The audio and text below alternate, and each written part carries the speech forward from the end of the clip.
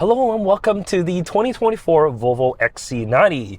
We have it in the T8 Ultimate trim, which is basically every option that you can really stack on before you stack additional options on top of it.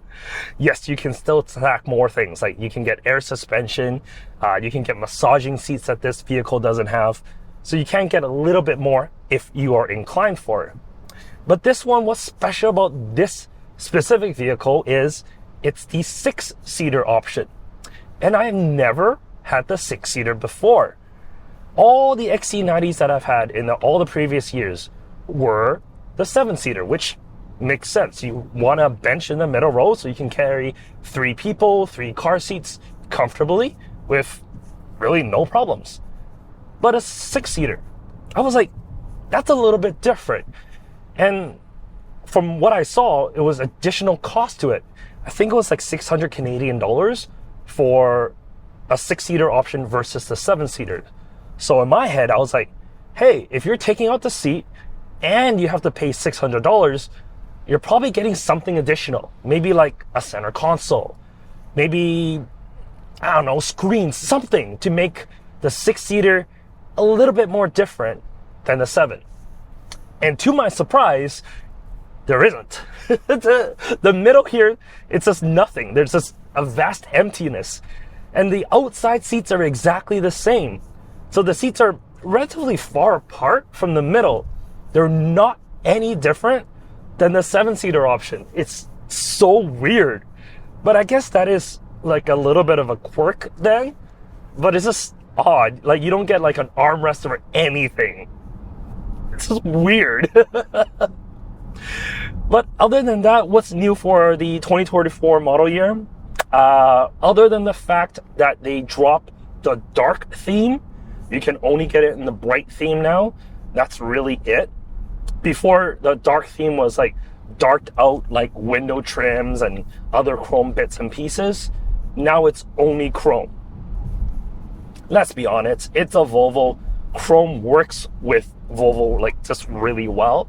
And you still get the 3 different trim lines, the Core, Plus, and Ultimate. That hasn't changed. The starting price of an XC90 in Canada is like under 90,000 Canadian. As spec is tad over 100. And you can still add more. So if you really want, it's like 110 or so thousand Canadian dollars when you stack on like everything with it. But I don't know. To me, an XC90, the one I would just pick is probably like the middle one with the T8. I do like the T8 powertrain, and the Plus kind of gets you most of what you would want in a vehicle anyways. What I love about the T8 is, of course, combined, you get a lot of power. 455 horse. That's plenty for like everything that you will need. And you get 50 kilometers of electrical driving range. You plug it in, it charges overnight, and you get 50 kilometers of EV range, and it doesn't need to like start the engine up for the heater, for example. The electrical, systems themselves is enough for that. So even right now, it's 5 degrees Celsius. It's quite cold. Engine just hasn't started at all. And I'm in hybrid mode. So if I floor it, the engine can start up. And when it does, it's so smooth. All the new Volvo engines, when they came up with the B series, so the B5, B6, and the new T8, it's just so smooth. Absolutely love the new powertrain on all the new Volvos. In terms of the ride, it's exactly the same as before. Super comfortable, super soft. You can get air suspension as well to increase that a little bit, but you're paying like $2,300 or $2,400 for that, I think.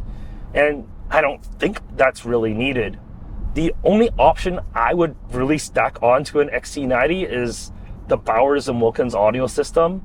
I love this audio system. It sounds amazing in here.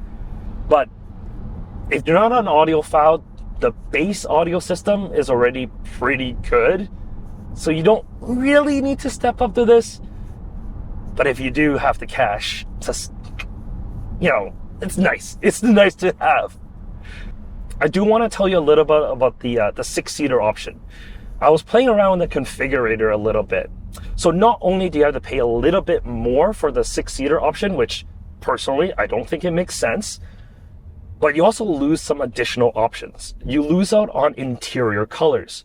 There's only 2 colors that's available. You get this, which is this off-white, and you also get a charcoal, which is essentially the black. And that's it. Those are the only 2 colors. But if you get the 7-seater, you get like 5, 6, or even 7 interior color options. And you also get the wool seats, which I love. You don't get the ventilated seats with the wool, but the wool seats, it's like this warm, inviting, cushy seat it's just really comfortable. It really is. You still get heated seats with it, but you don't really need to use it because it's wool. And being wool, it's like really durable as well. So like if you have kids, you spill things onto it, it should clean up pretty nicely. But let's be honest, most people will probably just get the leather that we have here. It's a quick little review. I mean, the XC90 really hasn't changed all that much. The only thing that changes for 2024 is now in the showroom, you should start seeing the EX90. So you got a newer 3-row option. And of course, that is a fully electric option. Volvo says they're still going to produce the XC90 for now. So you have the 2 options. So you still want a gasoline 3-row, you still have that. But if you want an all electric, you have the EX90 as well. I mean, both are really good options.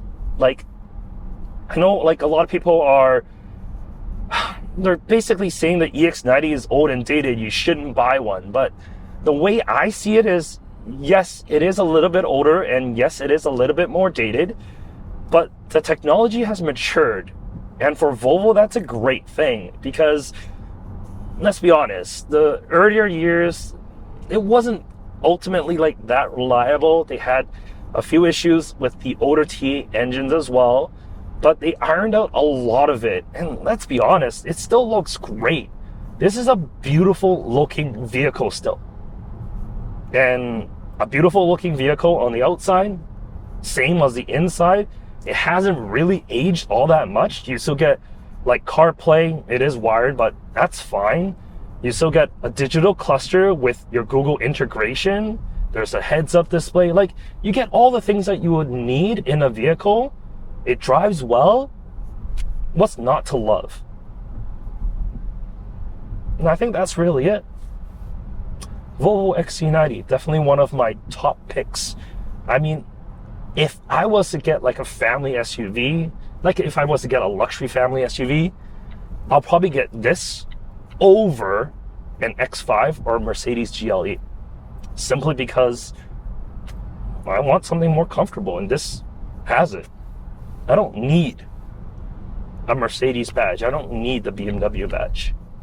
The Volvo badge is nice enough. Let me know what your thoughts are in the comment section down below. Is this your pick? Do you want something a little bit older? Would you not trust the T8? Would you go with the B5 or B6? Let me know in the comment section down below. But I'll catch you next time. Take care.